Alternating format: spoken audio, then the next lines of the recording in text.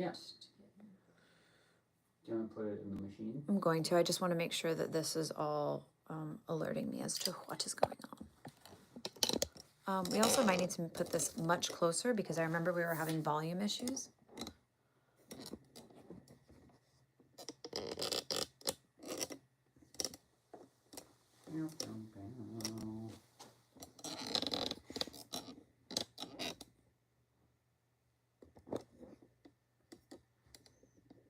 There we go. We're in. Okay, great. Does it look okay and sound okay?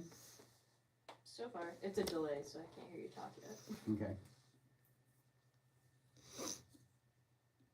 Okay, great. So hi and welcome to my third live stream, and I don't know if anyone's here yet, so I could just be talking to the void. We've got some friends with us. Okay, hi friends. And it's Friday, and I'm here with Lindsay, Aaron, and Bagel. Here's Lindsay. There's Aaron. Bagel, what are you doing over there? She's resting. Hi, Bagel. There's Bagel's water. And that's probably... Yeah, people are saying the audio is quite low. Oh, no. It's not. It's quite loud. Oh, okay. Great. Sorry, I knocked the phone out of the thing. So the professionalism is phenomenal. Yeah. So the audio is okay. Okay, great. People are saying, no, it's not low. We're good. We're good. Okay, great.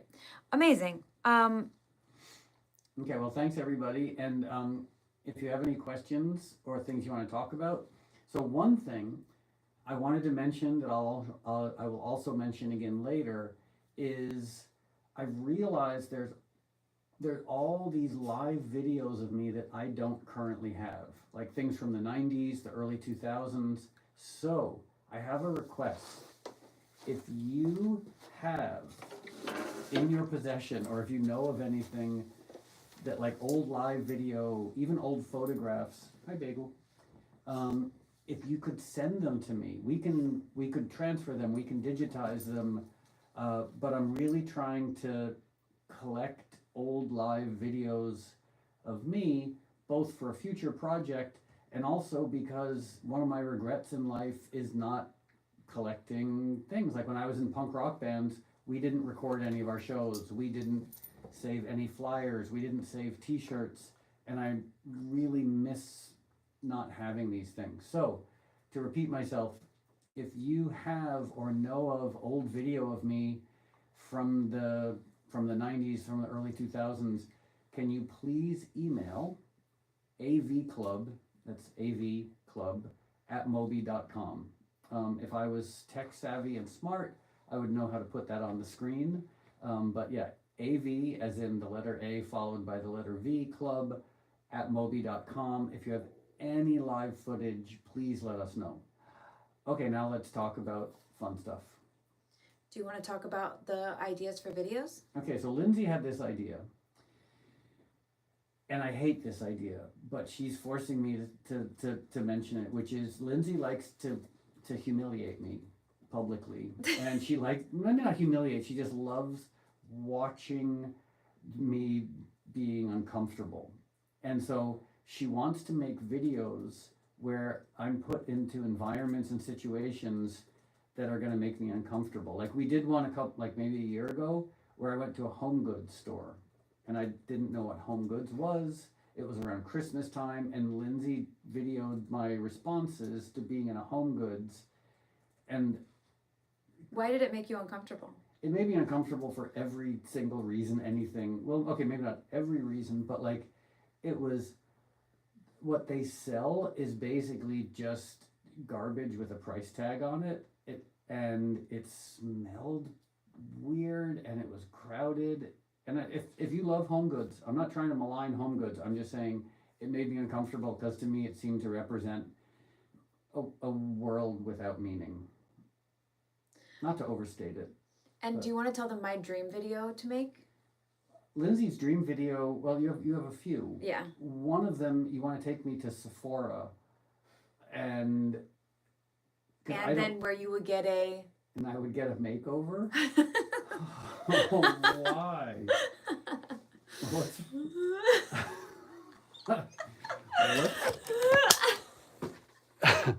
what's You would look beautiful in like a deep brown eyeshadow with like a long, like a liner like this. okay, so Lindsay wants me to go to Sephora and get a makeover just because I don't know, But also because with you the, want to see me humiliated. no, you would and- just be beautiful. I think you would feel really good about yourself.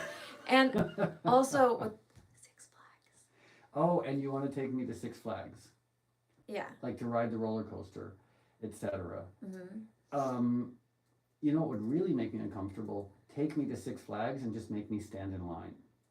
Oh yeah, no, the lines are the worst Because the thing. roller coaster, that's the fun part.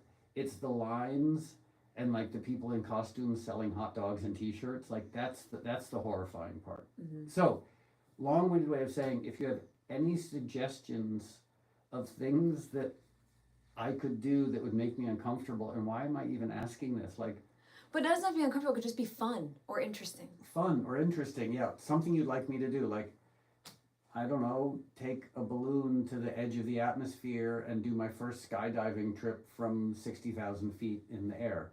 I would do that.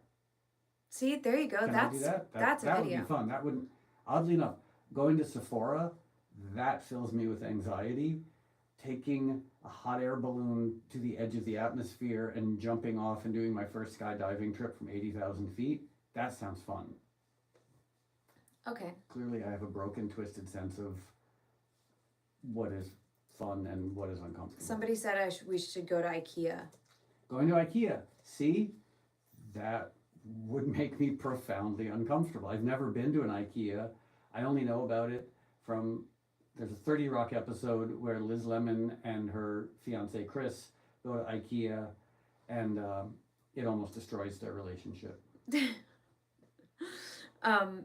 Also, somebody said shark diving. Would you ever do shark diving? So like in a cage? Okay, so shark diving, I have been invited to do shark diving. My friend Michael Muller is a shark diver, and he actually has a Taschen book, I think, called Sharks.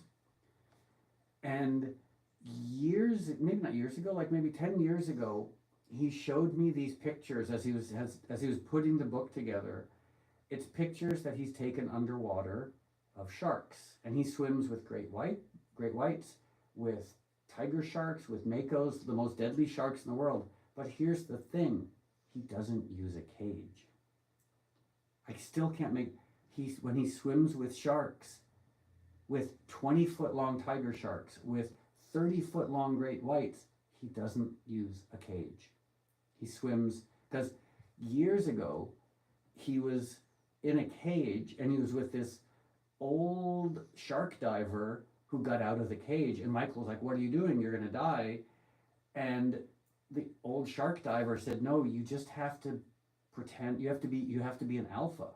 You have to pretend that you're a predator, and they leave you alone." And so I don't know if that's true or not, but there's all these pictures of Michael Muller swimming with the most terrifying sharks in the world, no cage. And so the obvious question is, what do you do if they come towards you? You bop them on the nose with your camera. You just like tap. But what if they come from behind? I don't know. Then you're done. But like, when you see these pictures, my first thought when he showed me pictures of him swimming with sharks and he's not in a cage was, is this photoshopped? Did you lose a limb? And he's like, no, you just go down there, you stand your ground, you don't run away from them, and as a result, they don't see you as prey. They see you as a fellow predator. Another friend of mine used to film lions in the wild. And he had this footage of lions running, and the lion looks up at, like, one of the lions looks up at him, and I asked him this question. I was like, "Oh, so were you in a car?" He was like, "No, I was running right next to them." Insane. And it's the same thing. He said, you behave like a predator, and they leave you alone. That's a good life lesson. Long-winded way of saying, the theory of that is fascinating, I don't ever want to test it. You know, because if you're proven wrong, that means that you get eaten by lions and sharks. I'm not opposed to lions and sharks being lions and sharks. I just don't necessarily want to get eaten by a lion and shark. Unfathomable Depth said spontaneous public performance like busking. Oh, busking. Yeah, let's go do some busking. We could do busking. And then the question there is busking where? So maybe if anyone has any suggestions about where I can busk. In Los Angeles. Probably in Los Angeles because I don't really like leaving my neighborhood. So, Bagel. Bagel's resting. Hi, Bagel. Really, it should just be a bagel cam, and we should just leave, like, Bagel, hi. She's sleepy. Yeah, Bagel, why are you so sleepy? Oh, hi. Hi. Yeah.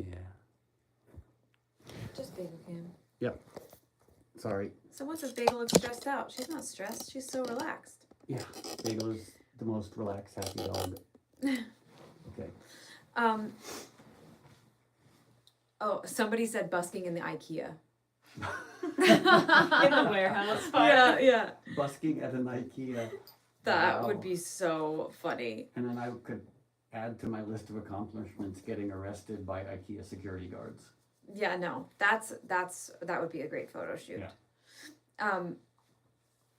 So yeah, any more ideas like that I think would be fantastic. Okay, so swimming with sharks, probably not. Busking, yes. Going to Great Adventure and standing in line, maybe. Going to an IKEA, probably. Any other, and if the suggestions are going to a McDonald's or going to a Burger King, the answer is probably not, just because it's too depressing and sad. Yeah, no, that's too sad. That's too sad. Also, if you get scared, that's one thing, but hurting animals, I think, is different. We won't do that. Okay, so we're just asking people to continue to send those in. Also, might be fun. We could ask our friend Steve-O to suggest some things. Because Steve-O, I feel like, is the master From Jackass. of bad ideas. Yeah, Steve-O from Jackass. Like, I don't know if you ever saw the video of him getting a tattoo on an ATV. It's the dumbest thing I've ever,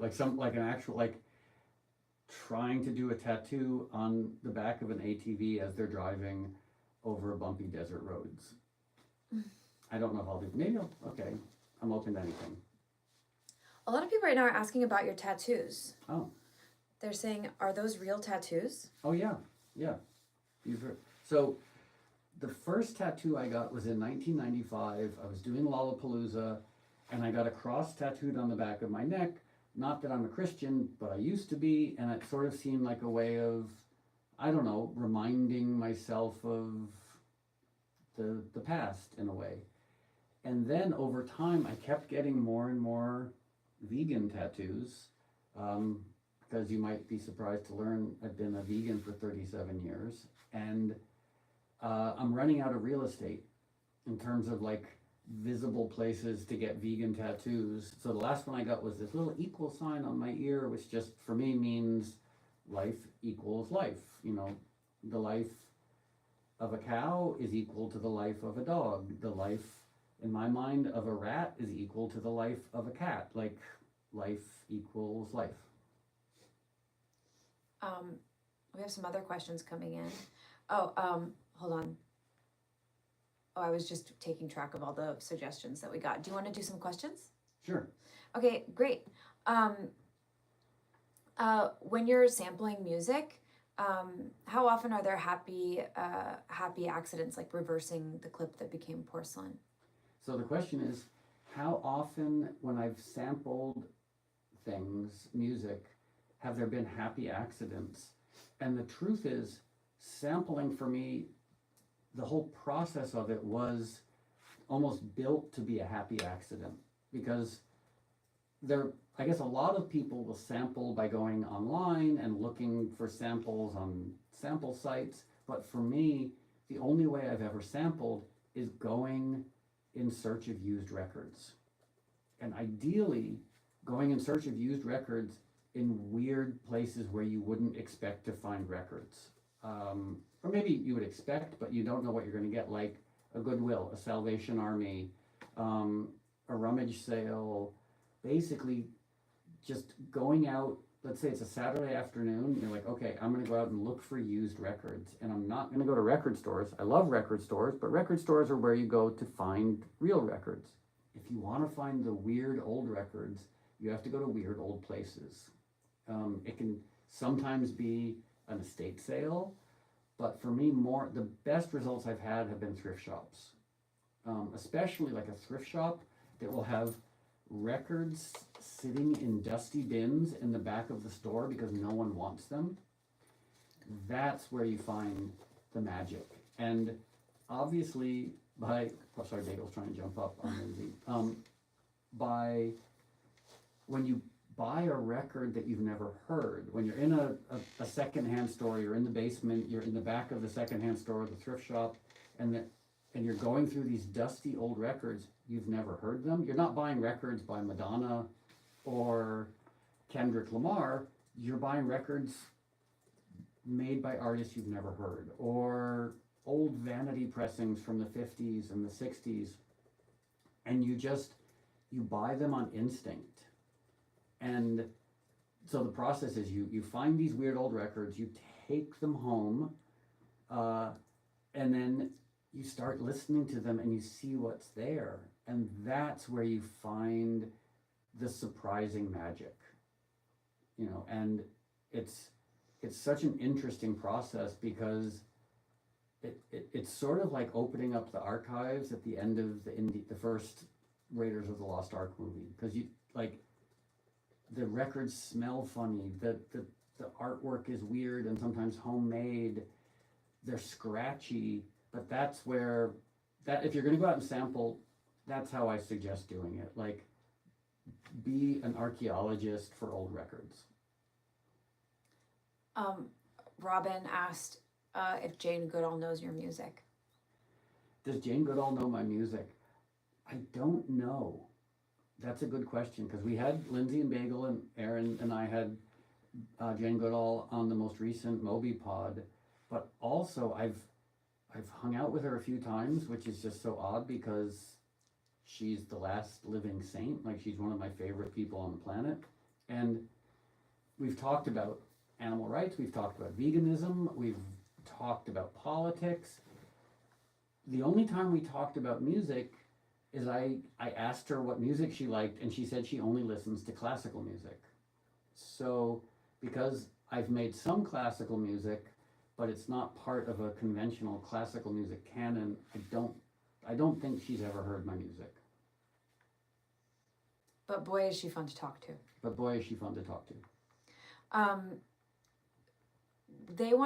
Someone wants to know about your daily routine, because they love your work and your activism, and how do you stay in peace and stay strong in that, all that you do. Okay, so my daily routine, and what's funny is I try to do this exact same thing every day, 7 days a week, 365 days a year, which might sound strange, and I don't necessarily recommend this, but I never take days off, and I don't take holidays or vacations. So I wake up around 6 a.m.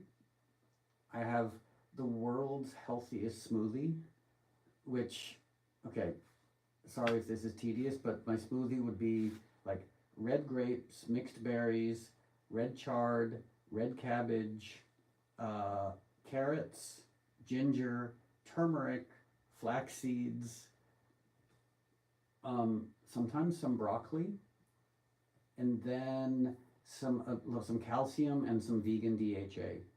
So I have my smoothie. I read the news obsessively and compulsively, going through all the different news sites, from the BBC to the New York Times, the Washington Post, less so now, but reading, let's say, like 30 or 40 different news sites, which I shouldn't admit to because it is really compulsive. And then I go to work and do the banal stuff of like checking emails, etc. Then Lindsay, Aaron, Bagel, and I have a production company called Little Walnut. So I walk over the hill to the Little Walnut HQ, and we do all our Little Walnut film and TV stuff, which is everything from making movies, funding other people's movies, reading scripts, talking about scripts and ideas, figuring out next steps for projects. And then I walk over the hill and come back here and try to exercise, which could be hiking, could be lifting weights, doing yoga, have dinner, and then work on music until I go to sleep. And that is honestly pretty much 7 days a week, 365 days a year. Ty Mantis was asking if you're using a Power Mac G4. I think you have all this equipment behind you and you've never talked about any of the equipment. I don't know what a Power Mac G4 is. Okay, so here, let me show you. The computer I have here is the little bitty trash can. And then it's just, so it's a pretty basic setup. Got a trash can and some preamps with EQs, some stuff over there, a guitar, some speakers over there that currently aren't being used, a speaker behind video monitors. That's because I didn't set that up yesterday. So it's very basic, but a Power Mac G4, my answer is I don't know. We have a couple old Macs over there that are just sitting there because I don't want to put them in storage because they have interesting things on them, but they don't actually get used. Someone asked if you consider yourself a minimalist. Am I a minimalist? Probably, by most people's definitions, yes. I mean, there's the famous minimalist architect designer John Pawson. Like, that's a level of minimalism I find a little bit terrifying. You know, when you have like a giant space with one chair and you have one cup and one fork. Like, I appreciate the sort of aesthetic austerity of it, but I like comfortable minimalism. You know, it's nice to have a carpet. It's nice to have a sofa to sit on when you watch old episodes of 30 Rock. So by most people's standards, yes, I don't like stuff very much, but I'm not a true sort of like monastic, ascetic, austere minimalist. Here's an interesting question. When you play festivals, do you watch the other artists? When I play festivals, do I watch the other artists? And the answer is yes. Especially when I used to play a lot of festivals, because the lineups for some, like European festivals, Japanese festivals, South American festivals, the lineups were so eclectic. And a lot of times on festivals, there'd be people on the lineup I'd simply never seen before. You know, like you're playing a festival in Scandinavia and Bjork is on the festival, but so is Sepultura, and so are the Chemical Brothers, and then the Sex Pistols, and then Nick Cave, and what have you. And so it's this way of just wandering around and seeing all these musicians, most likely you would never otherwise see live. And sometimes it's really surprisingly, it almost feels like time travel. Like I remember the first time I saw the Sex Pistols play at a festival in Scandinavia, because I'd loved the Sex Pistols when I was growing up, but by the time I found out about the Sex Pistols, they had already broken up. Sid Vicious was dead, so I never thought I would get the chance to see them live, let alone be on the same festival bill as them. And it was so fascinating standing in an audience of 100,000 people listening to the Sex Pistols in Scandinavia, because I never, that to me never seemed like it was in the realm of possibility. Or one time when I played Exit Festival in Serbia, my opening acts, and it's so weird that they were my opening, it was Kraftwerk and Grandmaster Flash and Donna Summer. And I was like, how has my 1980s record collection become my opening acts? Like the very fact that I went on after Kraftwerk seemed so weird to me, because like they're the godfathers of electronic music. I should have been backstage like making coffee for them, not performing after them. Moby, somebody wrote that that the liner notes from Play, a lot of people really, really love those liner notes. And that you had mentioned that transphobia is bad in those 1999 liner notes. Do you feel like you are like ahead of, like, how did you come to was it just because you came up in that world and you saw people being treated a certain way? Just feels, yeah. So the question is about the Play 1999 liner notes, and a lot is talked about in those liner notes and the everything is wrong liner notes, and it's one of the only things I miss about CDs or albums is being able to write those liner notes, and they're put out into the world forever, and you never know if people are going to read them or not. But the question was about discussing transphobia, and I guess, because even though I'm a cisgendered white guy, when in the 80s in New York, my friends were black and gay and Latino and trans, and the culture, I guess, because I come from, white guy Connecticut culture, and there's nothing that, I guess, okay, white guy Connecticut culture never really spoke to me. That's why I started going to New York and going to hip hop clubs and going to gay clubs and going then to, like underground house clubs when that started. And the culture in those nightclubs and the culture around, like drag culture even, was just so inspiring. And I don't know, maybe it's because I grew up sort of disenfranchised and disadvantaged, which is weird that a white guy from Connecticut would feel disenfranchised and disadvantaged, but I was, on food stamps and welfare. So these communities of people who were so maligned and so abused, and the fact that they came together and celebrated. This is the 80s when, like, a lot of my friends were like gay and Latino or gay and black or trans, like they were coming from cultures where you simply weren't allowed to be gay and trans. And I was just always so inspired by the persistent, gentle strength of these communities. And you look at human history and like attacking anyone who's vulnerable seems to me the most disgusting expression of cowardice. Obviously now, attacking immigrants, attacking trans people, it's bullying that's actually, in my mind, evil. And so and when I look at like the anti-trans sentiment of people like J.K. Rowling, I'm like, or even Dave Chappelle, like, why?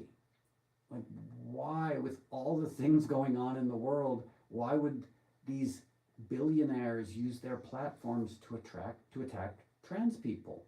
Why not, at the very least, just live and let live?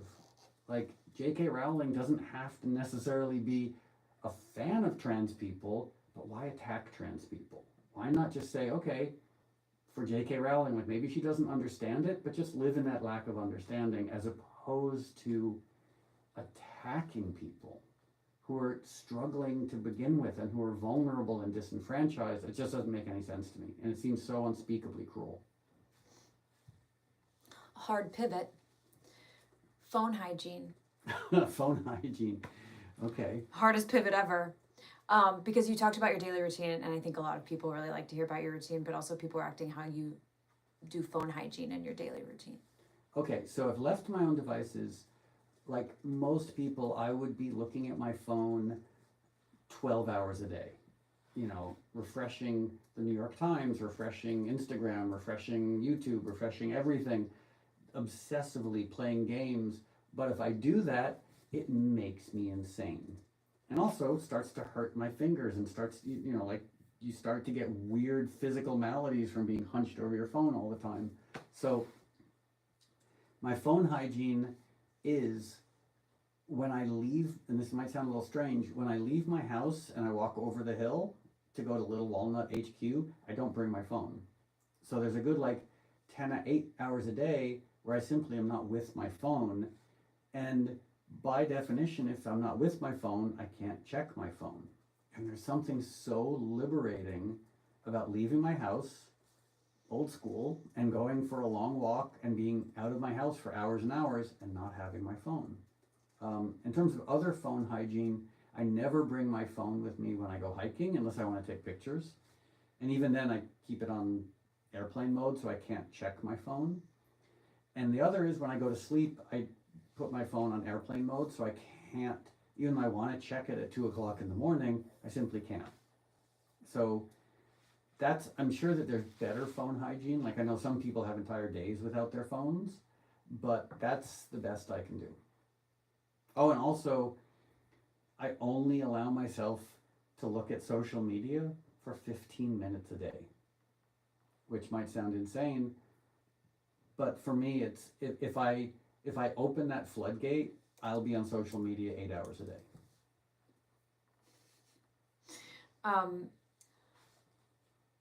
Getting some questions about what you listened to growing up and who was influencing you when you were coming up, what bands you liked. So when I was growing up, and this was the 1970s, and radio at that time was so interesting because it was, you know, the pop music of the day was just so eclectic. And so my mom and I would drive around and listen to AM radio. And at that point, AM radio was Elton John, it was the Eagles, it was Donna Summer, it was the Bee Gees, it was Rod Stewart, and it was just this eclecticism. But it was like on one hand, the era of country rock, you know, things like the Marshall Tucker Band, but it was also the era of disco. So you'd hear Leonard Skinner followed by Diana Ross. And it really was interesting. But then in around 1978, there was this one radio station in New York, WNEW, and they started playing punk rock and new wave. And that meant at the time like Elvis Costello and The Clash and Gary Newman. And I fell in love with that. So in around I'm sorry to be so old, but in around 1979, I realized like, oh, this older rock music just wasn't speaking to me, whereas The Clash and the Sex Pistols and Elvis Costello and Gary Newman, it seemed modern and it was bright and fresh and interesting. So at that point, I sort of became a fully fledged new wave punk rocker and almost categorically rejected everything I'd heard before that. And then years later went back and discovered like, oh, I actually like everything. You know, like I love The Clash, but I also really like Marshall Tucker Band. And, you know, I love New Order, but, you know, you can't love New Order without also loving Donna Summer, for example. So that's what inspired me when I was little. And then, you know, the early 80s, it was Killing Joke and New Order and Joy Division and Echo and the Bunnymen and The Cure and Depeche Mode, etc., etc. And then by the mid 80s, that became like hip hop and very early underground dance music, which became house music. You know, I actually started buying house music records pretty much the week that house music was invented, because I was DJing and I was going to record stores, you know, which were largely like black owned, Latino owned record stores. And this one record store, like this wonderful man at a record store in New Haven called Cutler's, was one of the first record stores in the United States, or at least outside of Chicago, to sell house music. Like they had a house music section, which at the time was 8 records. And I saved up my money and I bought all 8 of those original house 12 inches, which was Marshall, Jefferson, etc. Sorry if that doesn't make any sense to anybody. Okay, so James said that in an interview with Martin Ware, I don't know if you remember this, but you said that you digitized cassettes and that you have a bunch of digitized unreleased music from since like the mid 80s, and they're asking what you want to do with all of that music. So I started recording my own music in about 1984. I had a little 4-track, and I had a Casio synth, and then I had a Korg monophonic analog synth and a drum machine made by Mattel. And I started making weird underground electronic music. It's all on cassette. And so I'm in the process of digitizing it. And once it's digitized, I don't know if you have any suggestions. It's a lot. I mean, like from the 80s into the 90s into the 2000s, there's probably, I'd say 10,000 unreleased pieces of music. I wouldn't know what to do with them because clearly no one is going to spend the time to go through and listen to 10,000 unreleased pieces of music. So if you have any suggestions, I'm happy to maybe just release everything at once and say, here you go. If you want to listen to it, it's there. And we'll probably start wrapping up soonish. So I don't know if you want to, for people that have recently joined, remind them that we're looking for. Oh yeah. So to that end, at the beginning of this live stream, I mentioned I'm in the process of looking for old footage of me playing live from the 90s, even to the 2000s. Things, live footage that was recorded onto videotape or even film. If you have that, can you please email me at avclub, letter A, V, club, @moby.com. And because I realized I have almost no footage of me playing live in the 90s, and I'm really keen to sort of like archive it and then figure out what to do with it. So yeah, if you or anyone you know has footage of me playing live in the 90s or the early 2000s, please email avclub@moby.com so that I can see what you have. Thanks. Okay, great. And then we'll probably say goodbye unless you have any other fun stories you want to share. I don't know, any other fun questions? Maybe one last fun question. Okay, yeah, there's so many fun questions coming in all the seconds. I think if you have oh wait, gosh, there's just so many questions. There's so many. Benny G asked, what was your favorite song to record? What was my favorite song to record? Wow. Favorite song to record. Okay. You know what it was? It was the song The Lonely Night with Mark Lanigan. Because Mark Lanigan, and he had the most remarkable, deep voice of any person I've ever heard. And I met him, and he's very tall, and he was kind of scary, and he seemed like he intimidated Nick Cave. That's how big and sort of scary he was. But he was also incredibly kind, and so once you got past the big scary part, he was sweet and funny and smart, and he lived in Glendale.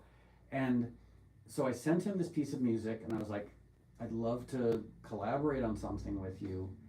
And I've worked with so many people over the years, everybody from Sinead O'Connor to Britney Spears to Daft Punk to the Beastie Boys to Metallica to Freddie Mercury to David Bowie, on and on and on and on.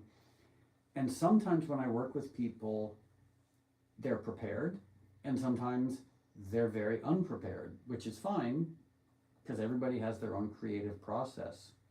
But Mark Lanigan came over to my studio, and it was a 10-minute drive from Glendale to get here. And I didn't know what to expect because, he comes from, the world of sort of like American post-punk. He was on SST Records for a while. And so I didn't know what to expect. And he came in, and first of all, he was delightful, but so professional.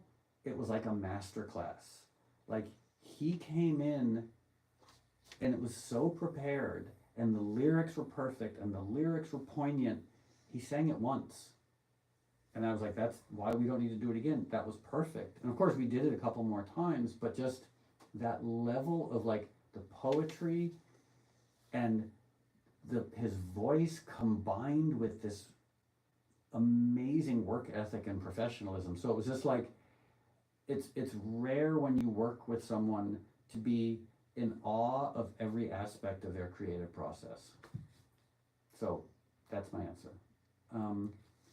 Thanks everybody for sending in great questions and making suggestions on how I can do things that are going to make me uncomfortable. And again, if you have any old video of me playing live, what's going on? No, we're good. Cool. We're just gonna be here. Okay. Please, avclub@moby.com if you have any old videos. Can I show Bagel and everybody? Yeah, of course. Okay, so there's Bagel, there's Lindsay, there's Aaron. Bagel, do you want to say hi, Bagel? Oh, wow, beautiful stretch and pirate crawl. There's Come water. on. Oh. Oh, hi. See how you friends. Cool. Hi. Okay, well, thanks everybody. Have a wonderful weekend, and thank you and goodbye.